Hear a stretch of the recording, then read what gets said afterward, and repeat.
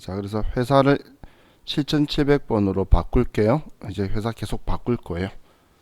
그래서 우측에 회사 버튼 누르시고 우측에 회사 7700번.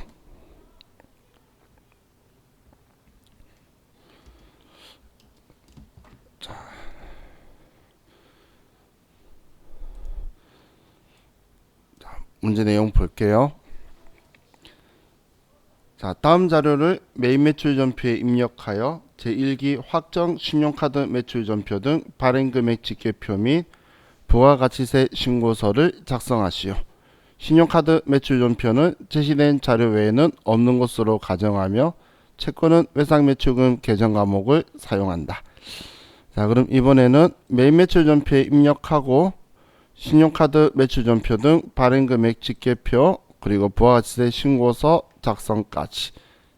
그럼 메인 매출 전표에만 잘 쓰면 이 두 개는 다 자동으로 들어가는 거죠.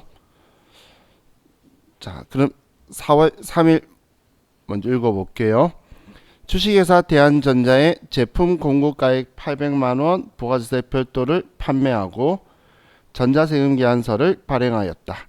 대금은 전액 하나카드에 의해 결제받고 주식회사 대한전자의 신용카드 매출전표를 발행하였다.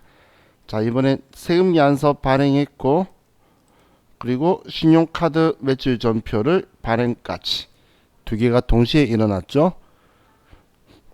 그럼 메인 매출전표에는 세금 계산서로 신고할 거니까 11번 매출과세로 할 거고 11번. 하지만 분계는 카드다라고 하면서 두 개 동시에 발행됐다고 사인 보내줘야 신용카드 매출전표 발행금액 집계표에 두 개가 동시에 들어가겠죠. 자, 그럼 자, 메인 매출전표 4월 3일날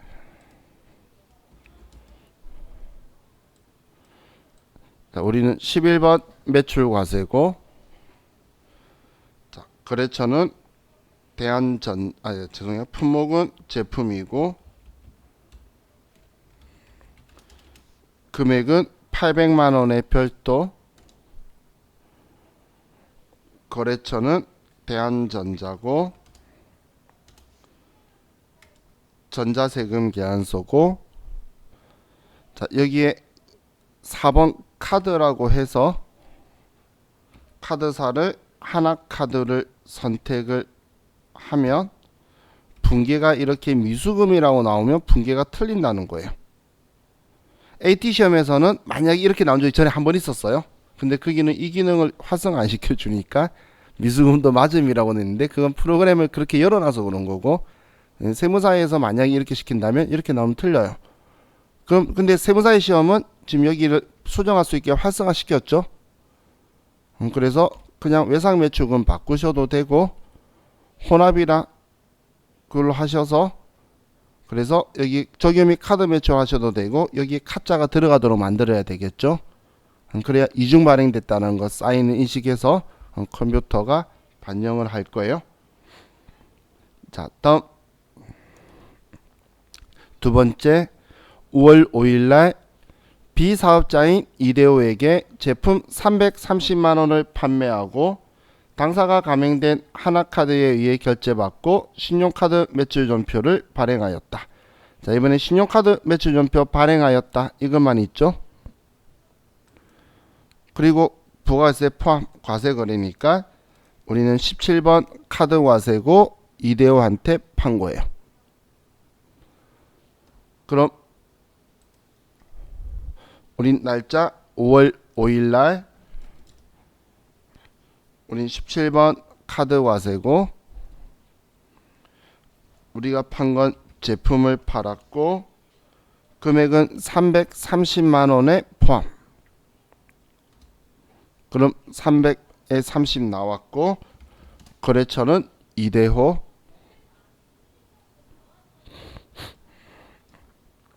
카드사는 하나카드.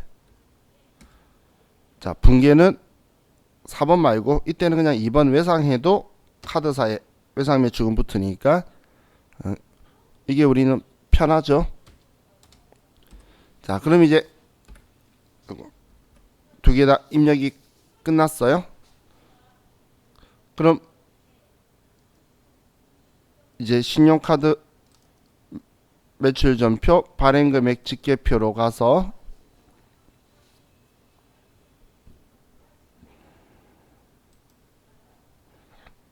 이번에 1기 확정이니까 4월부터 6월. 그럼 우리 첫 번째에 입력했던 게 공급 카드 단말기 끄은 게 880만 원이고 두 번째 거가 330만 원이니까 이 두 개 합쳐서 1210만 원이 여기 들어온 거예요. 그죠? 그리고 이 중에서 세금계산서 발행된 게 880이 있다라고 여기에 들어온 거예요. 그럼 이렇게 하고 여기 저장 버튼 누르면 자, 얘 작성은 끝났고 다음 부가가치세 신고서 클릭해서 우리가 들어오는 건 알지만 시험 때도 이렇게 나오면 무조건 열어서 불러와진 거 보고 저장 버튼 눌러야지 문제 푼 거예요. 그럼 우리 첫 번째 거는 세금계산서로 12번 매출과세 했으니까 1번 칸에, 두 번째 건 17번 카드과세 했으니까 3번 칸에 이렇게 잘 들어와 있으면 저장 버튼 누르면 얘는 끝인 거예요. 자, 입력하면서 어떨 때 어느 칸에 들어온지도 눈에 익혀두세요. 나중에 우리 마지막으로 지금 하면서 전부 다 웬만한 곳 다 들어가게 되는데 여기를 나중에 직접 작성하는 걸로 해서 7점짜리라서 어떨 때 어디에 금액을 써야 되는지로 이제 점점 나중에 바뀌어갈 거기 때문에 여기도 계속 지금 보면서 가는 거예요. 자, 그럼 이제 다음 페이지 넘기면 이제 문제 2번. 자, 다음은 제2기 확정 부가가치세 신고 기간의 자료이다. 신용카드 매출 전표 등 발행금액 집계표를 작성하시오. 전표 입력과 부가가치세 신고서 작성은 생략한다. 자, 그럼 이번에는 신용카드 매출 전표 발행금액 집계표만 작성하는 거죠. 그죠? 자, 우리 시험에서는 세무 2급 시험에서는 부속 서류 문제로 이렇게 나와요. 주로 이것만 작성하는 걸로. 자, 그럼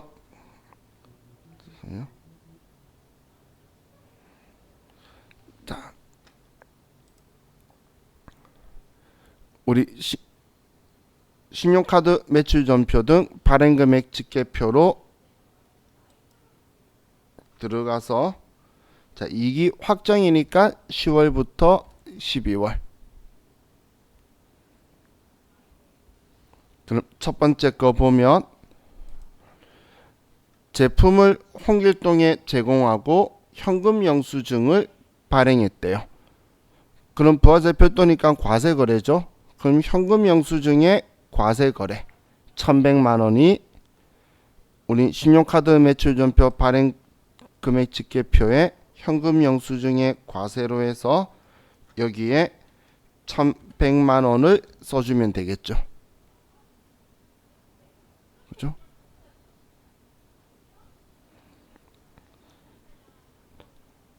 자, 다음 두 번째 11월 5일 날 제품을 한강에 납품하고 전자세금 계산서를 발급하였으며 대금은 1월 25일 한강의 법인카드로 결제받았다. 그럼 확정신고기한까지 받았기 때문에 이중 발행이 되어서 세금계산서와 카드, 과세거래인 게 세금계산서와 카드가 같이 들어갔죠. 550만 원이. 그러면 일단 카드 끄는 거니까 여기에 550만 원 들어가고 그리고 이 중에서 세금계산서 발행된 거 얘는 전액이죠. 550만 원이다. 이렇게 써주면 되겠죠.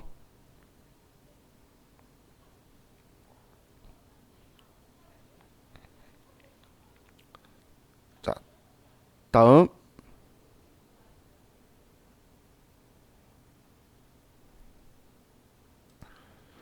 11월 25일 면세 제품을 주식회사 낙동에 납품하고 계산서를 발급하였으며 대금 중 300만 원은 현금으로 받고 나머지는 주식회사 낙동의 법인카드로 결제받았다.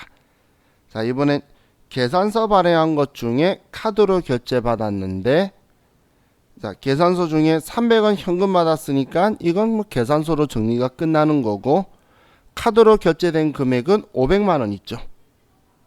그럼 카드 단말기로 결제된 것만 여기 반영되는 거예요. 그럼 500만원만 여기에 카드 결제된 거고, 이 500만원이 계산서가 같이 발행된 거죠. 그럼 우리는 카드의 면세 매출분 이 칸에 500만원이 들어올 거고, 그럼 이 금액은 전액 다 계산서가 발행된 금액이다라고 이렇게 써줄 거예요.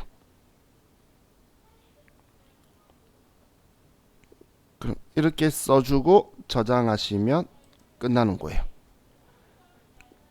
자, 메인 매출 전표에서 반영할 때랑 직접 쓸 때랑은 또 느낌이 조금 다르죠.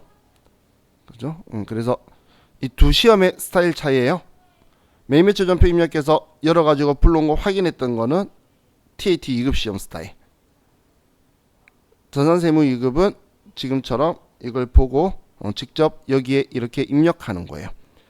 자, 지금 이 부속 서류 문제는, 자, 뒤쪽에 있는 기출 문제를 연습 예제로 다 쓸 거예요. 작업 기출 문제는 책 가지고 안 풀고 제가 프린터 드릴 거예요.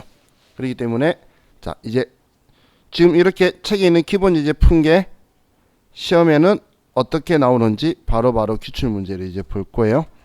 자, 그래서 기출 문제를 보면, 자, 우리 교재 622페이지로 가고,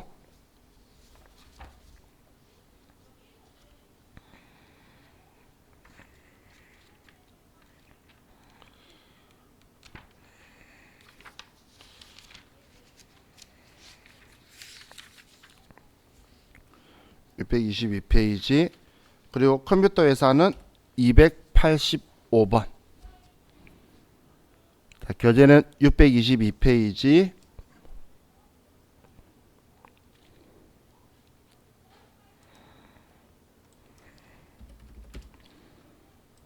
자, 여기고 회사는, 자, 네 자리 말고 두 자리, 세 자리만 285라고 치는 게 더 많이 압축돼서 찾기가 편해요. 공주전자.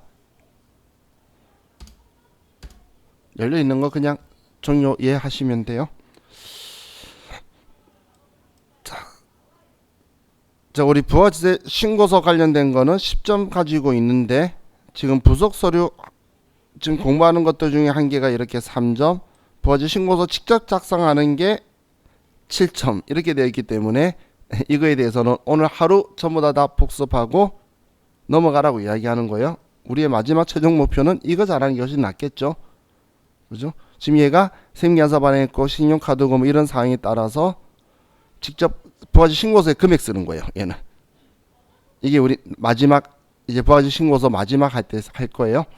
자, 그럼 지금은, 자, 1번에 다음 자료를 이용하여 일기 확정 부가가치세 신고 기간에 신용카드 매출 전표 등 발행금액 집계표를 작성하시오. 단 아래 금액 내용만 있고 전표 입력은 생략할 것. 자, 그럼 신용카드 매출 전표 발행금액 집계표만 작성하라고 했죠.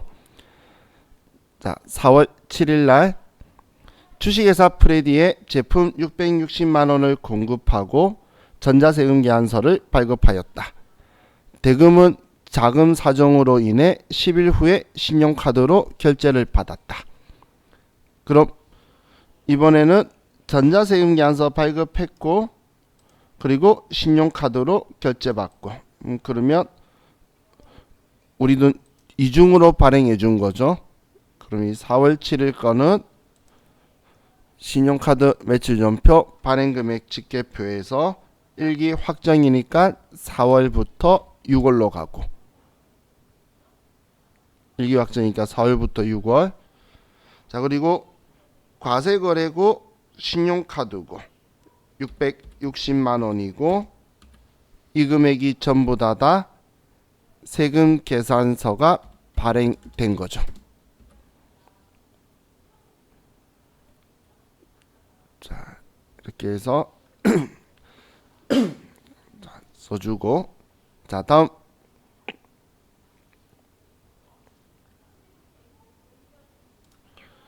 5월 13일 B사업자인 고창석 씨에게 제품 88만원을 판매하고 대금 중 절반은 신용카드로 결제받고 나머지 절반은 현금 영수증을 발급하였다. 그럼 44만원은 신용카드, 44만원은 현금 영수증이죠. 지금 과세거래고, 그럼 신용카드 매출전표 발행금액 집계표에서 신용카드 과세거래 44만원은 그럼 660만원에 44만원을 더해서 704만원이 여기에 들어와야 되겠죠. 88만원 중에 절반인 44만원이니까 그럼 704만원이 여기에 들어올 거고, 자 그리고 현금 영수증 과세에 44만원이 여기에 들어올 거죠. 자, 시험 때 많이 실수하는 게 그냥 현금은 여기 들어오는 거 아니에요. 현금 영수증이 여기 들어오는 거죠. 그냥 현금은 여기 들어올 건 없는 거예요. 자, 그럼 이 문제는 이렇게만 쓰고 저장하면 3점이 되는 거예요. 생각보다 할만하죠. 근데 사실 과거에는 그 부가가치세 부속서류 문제를 12점, 막 13점 이렇게도 주면서 얘네 점수를 좀 높였었어요. 그러니까 뭔가 이것저것 많이 시켰는데, 그런데 얘가 점수가 3, 4점대로 툭 떨어지면서 뭔가를 많이 시키기에는 점수 비중이 너무 부담스러우니까 이제 뭔가를 많이 안 시켜요. 그래서 좀 간단하게 계속 나온다고 보시면 돼요. 자, 이렇게 하면 저와 같이 신용카드 매출전표 발행금액 집계표는 받고 이제 다시 우리 진도로 423페이지로 갈게요.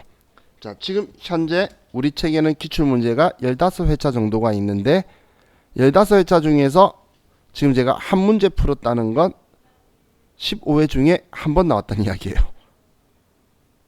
빈도가 많지 않다는 거죠. 15회면 2, 3년에 한 번 나온다는 이야기예요. 그런 식으로 평균적으로 빈도를 생각을 하시면 돼요. 자, 이제 423페이지로 와서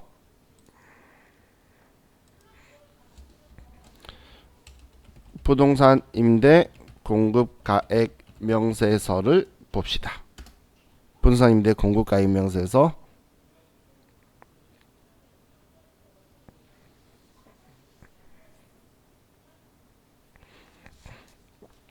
자, 부동산 임대 공급 가액 명세서는 부동산 임대 사업자가 부가가치세 신고 시 부동산 임대 사업 과세 표준을 신고하는 서식이에요.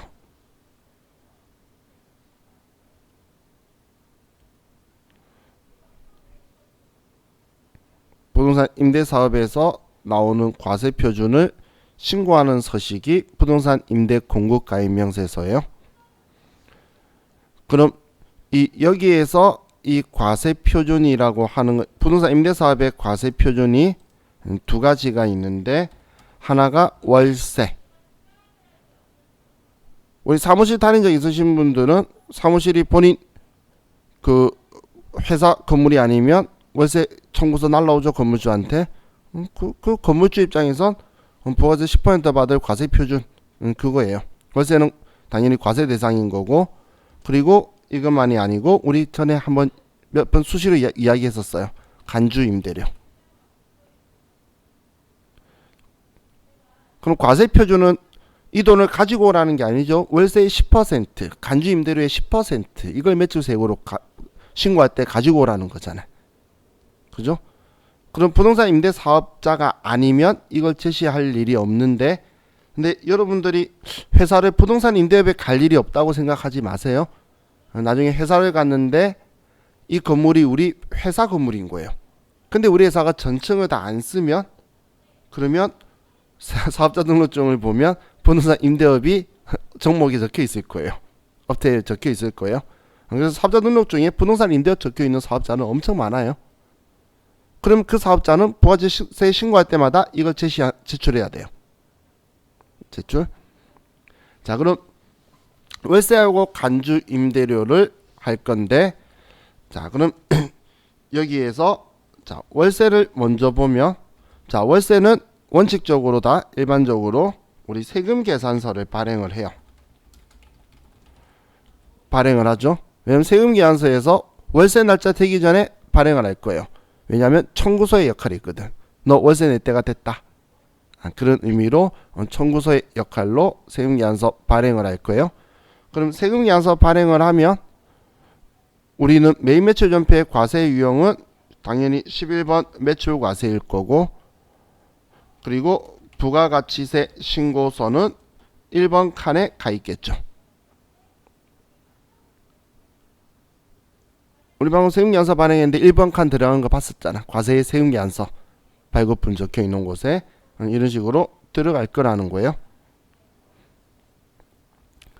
그럼 이 월세에 대해서 회계 처리할 때에, 자, 이거에 대해서 회계 처리 시 주의할 게, 자, 우리 수익 인식은 부동산 임대 사업자니까 부동산 임대 사업자가 임대료 받는 건 매출이잖아. 그래서 400번대의 영업 수익으로 써야 된다는 거예요. 제품 매출이 아니라 400번대 임대료나 400번대의 임대료 수익을 써줘야 돼요. 그럼 오늘 돈 못 받으면 일반적인 상거래죠. 400번대면 제품 매출, 상품 매출이 401, 404번인 거예요. 그러면 얘도 영업수익이기 때문에 외상매출금 같은 매출 채권을 써야 되는 거예요. 그래서 회계 처리할 때는 900번대 영업의 수익이 아니고 400번대 영업수익. 왜냐하면 이걸 작성한다는 자체가 우리 회사가 부동산 임대 사업자라는 거거든. 그럼 부동산 임대 사업자가 아니면 이거 작성 안 해요. 그럼 부동산 임대 사업자면 임대료 받는 건 영업수익이 되겠죠. 매출에 들어가는. 그래서 400번대를 쓴다라는 거예요. 자, 월세는 이 부분만 주의하시면 되고, 자, 그럼 간주임대료 볼게요. 자, 간주임대료라는 건 얘는 보증금에 대한 정기예금 이자율만큼의 이자예요.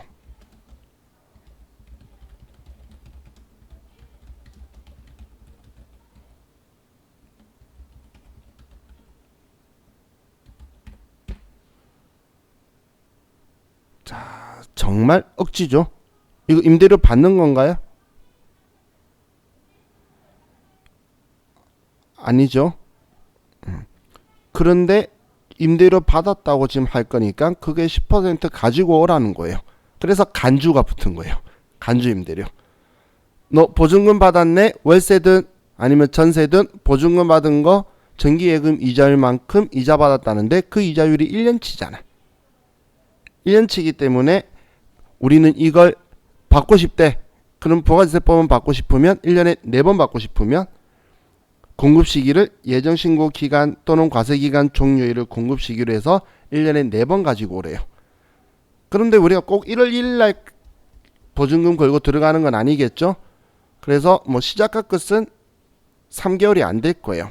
그래서 자, 이 간주 임대료 계산하는 공식은, 자, 우리 보증금 곱하기 정기예금 이자율하고 곱하기 보증금 보유 일수 나누기 365 혹은 366 이렇게 되는 거예요. 이번 신고 기간에 보증금 보유하고 있는 일수 있죠. 자, 이렇게 하니까 느낌이 좀 덜하다. 자, 그러면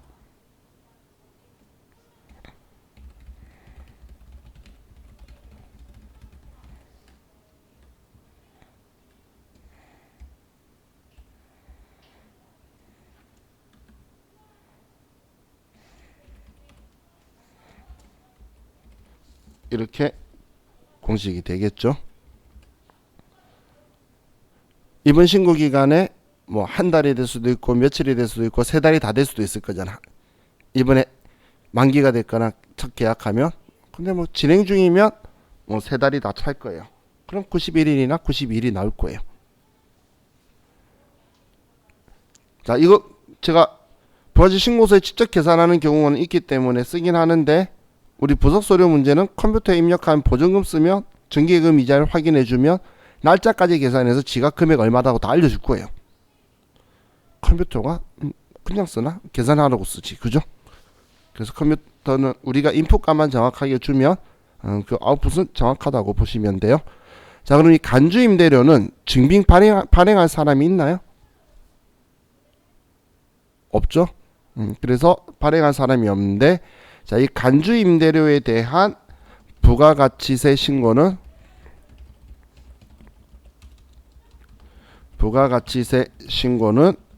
임대인이 하는 거예요.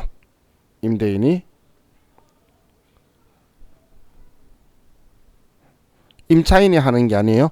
부담은 임차인이 할 수도 있고 임대인이 할 수도 있어요.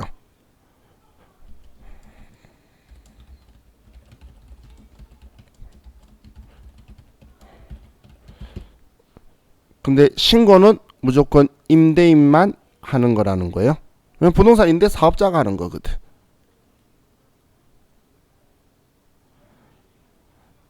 그럼 이 간주 임대료의 10%를 가지고 오라는 거예요. 그럼 매출세액이 늘어나게 되겠죠.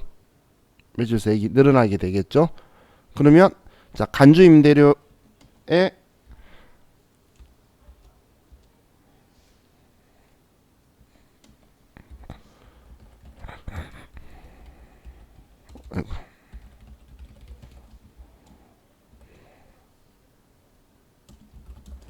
자, 간주 임대료 10% 한마디로 매출세액. 간주 임대료의 매출세액의 회계 처리는, 자, 먼저 임대인이 할 건데, 자, 이때 임대인 입장에서 보면, 자, 제가 두 가지를 가지고 분계를 쓰면,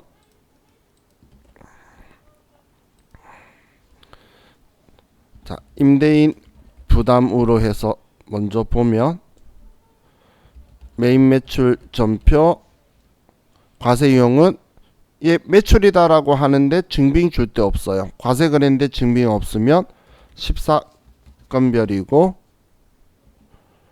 그리고 간주 임대료를 쓰면 그러면 이거의 10%가 되겠죠. 10%가 옆에 나오겠죠.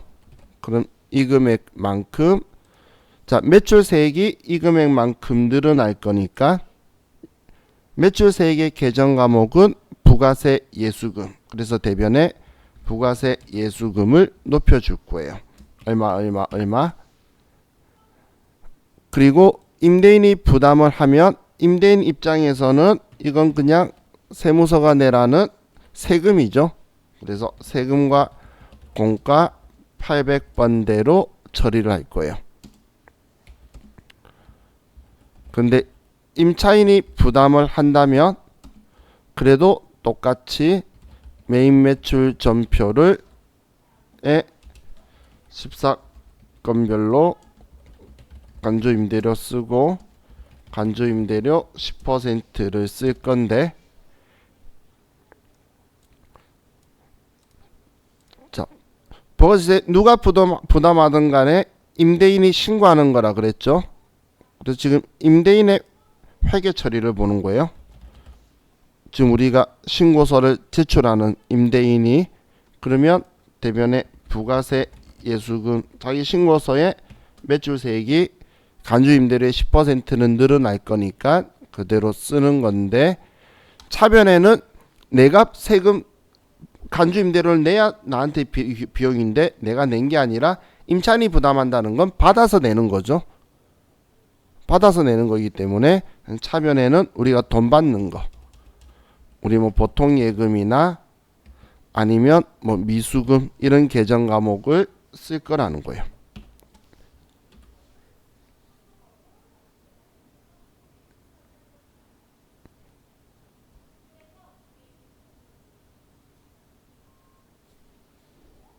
그럼 임차인 회계 처리는 자 이건 이 서식 나올 때는 쓸 일이 없는 거고 우리 임차인 입장에서 이거 쓸 일이 없으니까 일반 전표에 나오면 그러면 임대인이 부담을 하면 이때는 회계 처리할 일이 없겠죠. 나오면 상관없는 이야기예요. 임차인 입장에서는. 근데 임차인이 부담을 한다면 그러면 이때는 임차인은 일반 전표에 임대인한테 돈 줘야 되니까 대변에 뭐 현금이나 보통 예금이나 뭔가를 주고 그리고 차변에 세금과 공가 800번대 이렇게 쓸 거예요.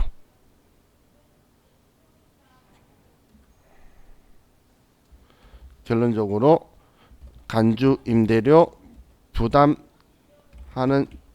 자가 비용 처리를 하는 거예요. 그럼 일반 전표의 해결금이나 세무유급엔 우리 회사가 일반 전표에서는 임차인의 입장에서 간주 임대료 얼마 내다라고 하면 대변에 돈 주고 세금과 원가만 쓰면 돼요. 이건 일반 전표 문제 우리한테 나올 때는. 그런데 이 서식으로 나올 때는 우리가 임대인의 입장이기 때문에 회계 처리라면 이것들이 있어야 되겠죠. 자 그리고 우리가 부담한다면 분계를 세금과 공가라고 할 건데 그런데 임차인이 부담하면 내가 비용 처리하면 안 돼요. 내가 부담하는 게 아닌데. 그럼 임차인한테 돈 받는 수단을 쓰는 거예요. 수단. 자 그럼 이 회계 처리에서 여러분들이 좀 기억하실 게 간주 임대료의 10%를 회계 처리하는 거예요. 간주 임대료를 달라는 게 아니에요. 그걸 과세 표준으로 해서 10% 매출세액 가지고 오라는 거예요. 10% 매출세액을 가지고 오라는 거예요.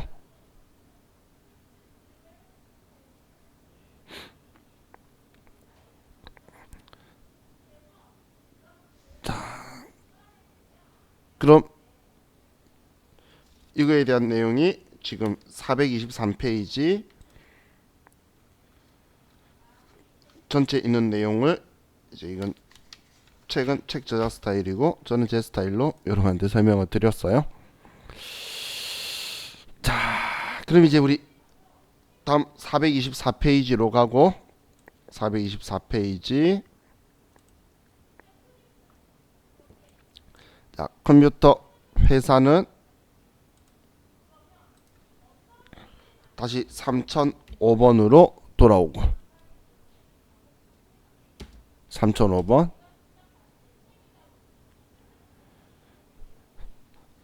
자 먼저 부동산 임대 공급가입 명세서로 들어가 볼게요.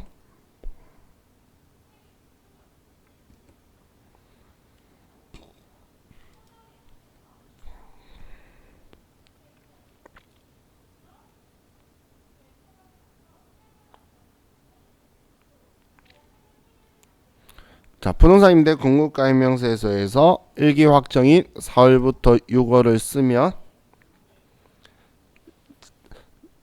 자, 지금 이 서식에서 지금 마지막 목표는 여기 우리 회사가 부동산 임대업을 하는 거에 전체 과세 표준계를 내어서 신고하는 거예요.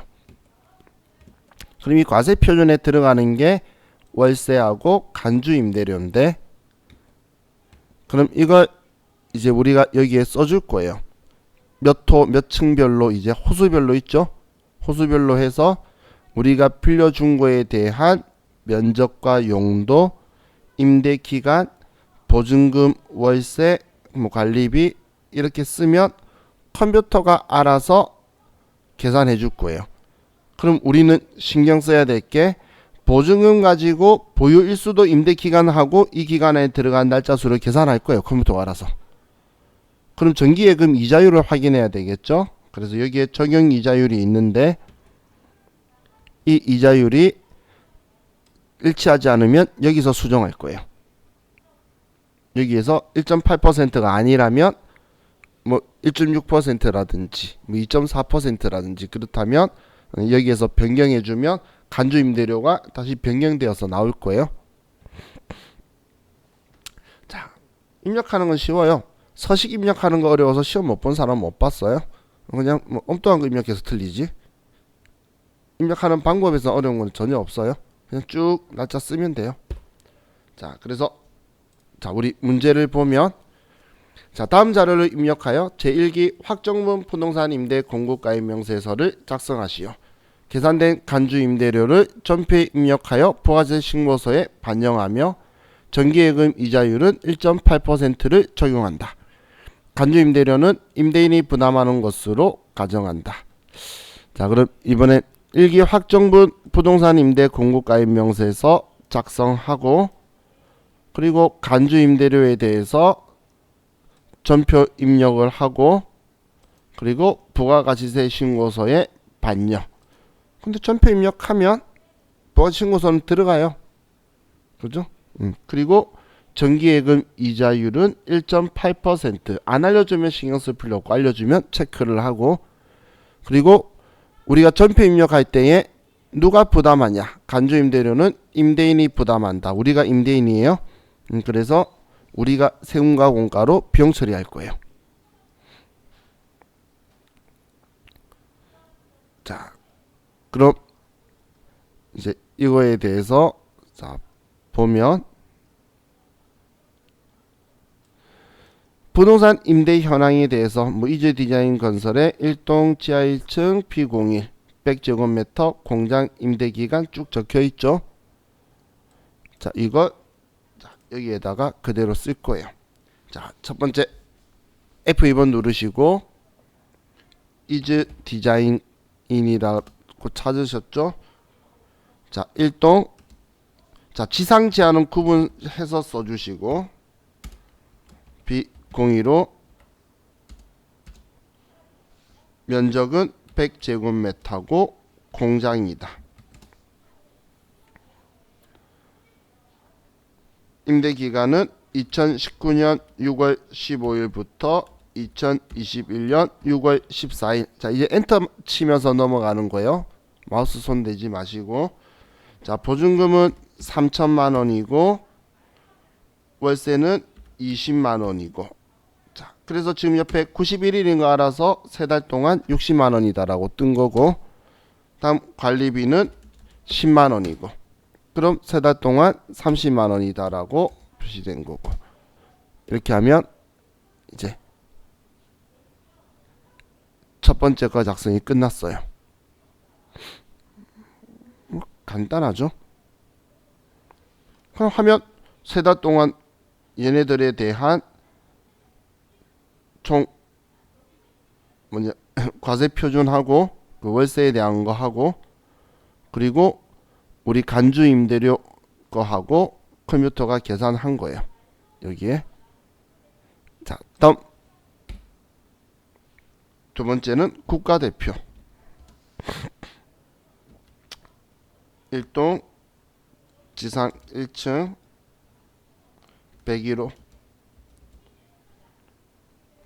60제곱미터고 상가고. 시험에서는 이렇게 써도 되는데 시험 때 여러분 마음 심란하실 테니까 적혀 있는 지상 1이라고 쓰세요. 아시겠죠? 동은 안 알려줄 때가 있어요. 그럼 안 써도 돼요. 동 이거 쓰는 이유가 지금 얘네들 쓰는 이유가 지금 우리가 터무니없이 보증금 낮게 월세 낮게 신고하면 유사한 곳하고 대조되는 시스템이 되어 있어요. 우리 국세청에는. 그래서 사업장 현황 신고라는 걸 보내는데 그때 이거에 대한 게 맞는지, 왜냐면 지역마다 또 다르겠죠. 그래서 거기에 맞춰 가지고 쓰는 거라서 정보 안 주면 안 써도 돼요. 자, 2019년 11월 16일부터 2021년 11월 15일 보증금 2천만 원에 월세 10만 원, 관리비 5만 원. 자, 그냥 엔터 쳐서 여기 다음 줄로 훅 내려오면 입력이 다 된 거예요. 자, 다음 하나 당구장 1동 2층 201호 면적 160제곱미터 체육시설 2019-0201 2021-0131 1600만원 30만원 5만원.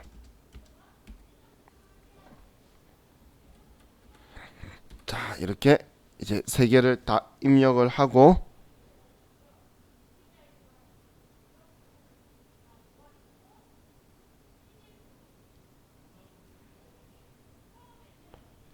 자, 다 입력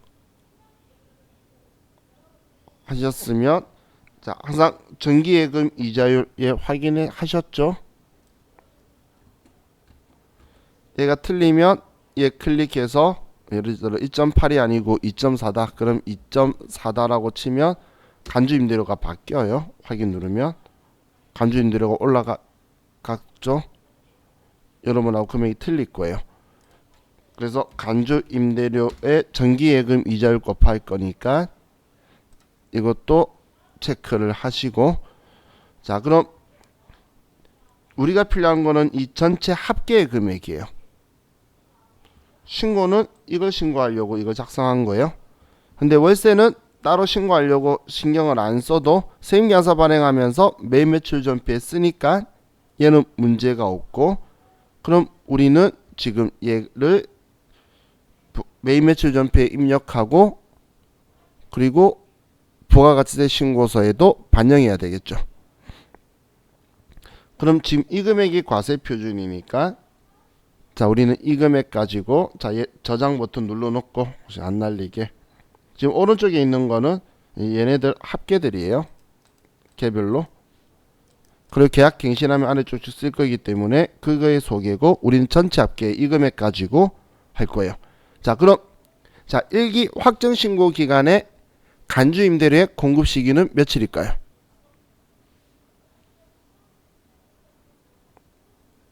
일기 확정 신고 기간에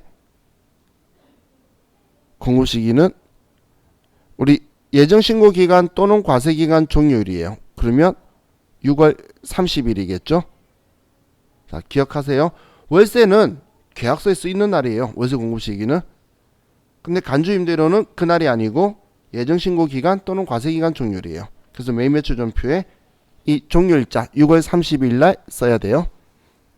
지금 얘는 일기 확정이라서. 자, 그럼 이제 매입 매출 전표로 가서 6월 30일 날, 자, 지금 여기에 우리가 할 일이 뭐냐면 지금 하는 게 부가가치세 신고서 4번 칸에 입력을 하고, 부가가치 신고서 4번 칸에 입력을 하면, 잠시만요.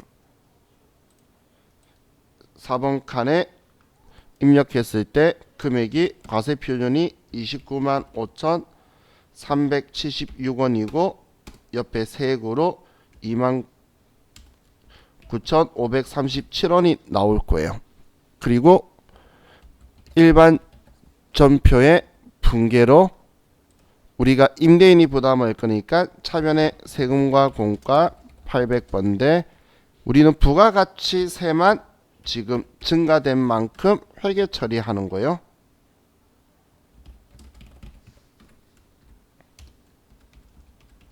지금 이게 들어와야 되는데 이걸 한 번에 할 수 있는 게 이거라는 거예요.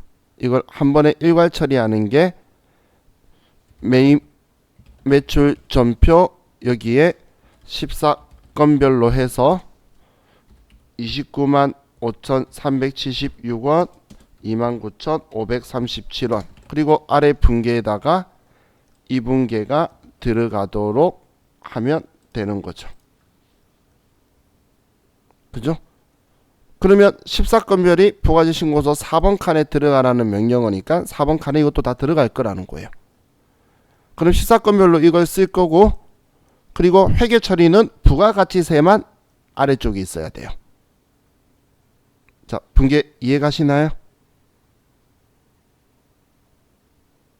분계 이해가나요? 그럼 자, 여러분 기억하기 제일 좋은 거, 여러분이 먼저 이거 한번 입력해 보세요. 입력하자마자 먼저 첫 시작부터 조금 웃음이 나와요. 맨 며칠 전표에 6월 30일 날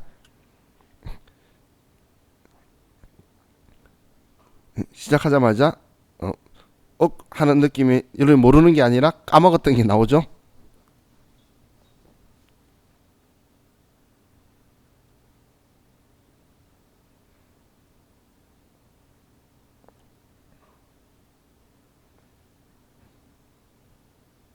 자, 아래 분계는 이게 들어와 있어야 돼요.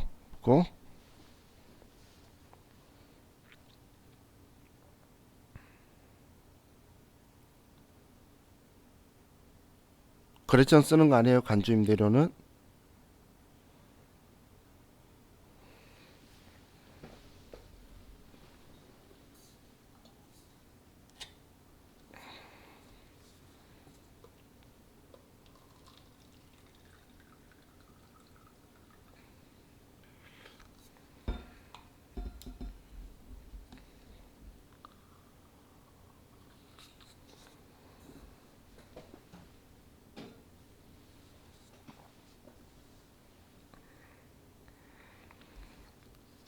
자, 하셨나요?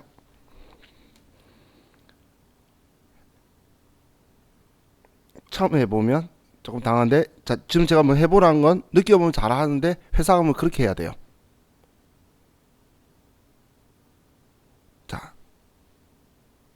자 보세요. 6월 30일 날 메인 매출 전표에, 그럼 6월 30일 메인 매출 전표인데, 자 14건별 하는 순간 제가 웃음이 난다는 이유는 알겠죠? 써보니까 공급 대가 써야 되잖아. 그죠?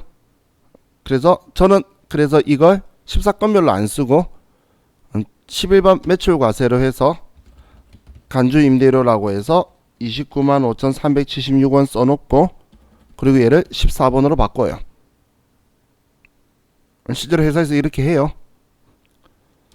왜냐면 14번 하면 일반적으로 다 공급 대가 써야 되는데, 이게 운 좋으면 끝수가 맞는데 곱하기 1.1 해놓고 썼는데 끝수가 안 맞는 경우도 있고 괜히 귀찮아요. 그래서 그냥 이렇게 하고 거래처를 안 쓰죠. 그럼 분계는 혼합이라고 하면 지금 우리가 할 분계 대변은 됐잖아. 그럼 차변에 세금과 원가만 이 금액이 있으면 되죠. 그리고 제품 매출은 필요 없으니까 지워져야 되니까 얘를 차변으로 바꾸고 세금과 공가 29,537원으로 써주면 분계가 끝나죠.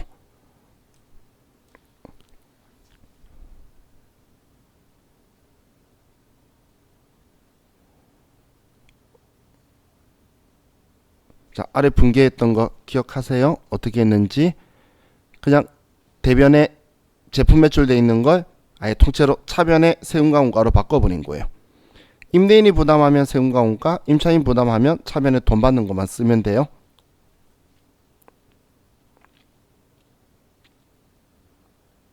자, 어떻게 했는지 이해가시죠? 이렇게 하면 회계 처리되었고, 자, 부가가치 신고서 열어보시면 부가가치세 신고서 4월부터 6월을 열면 아니오라고 해야 새로 불러와요. 아니오라고 하면 이 금액이 4번에 알아서 딱 들어와 있잖아. 14건별 여기 들어가라는 거니까.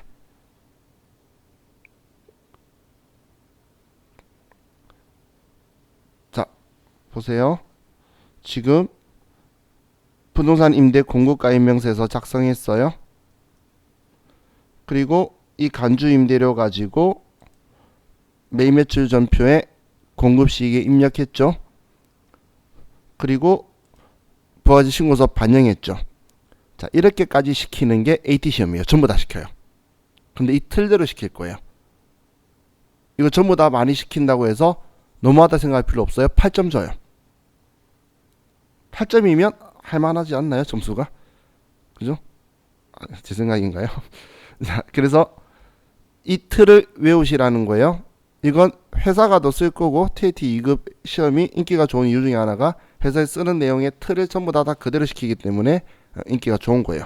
그래서 자, 이 틀을 외우시고 우리 좀 쉬었다가 세무사의 시험은 이런 거 안 시켜요. 그냥 얘만 쓰면 끝이에요. 그래서 그러니까 3점밖에 안 주는 거예요. 자, 쉬었다 합시다.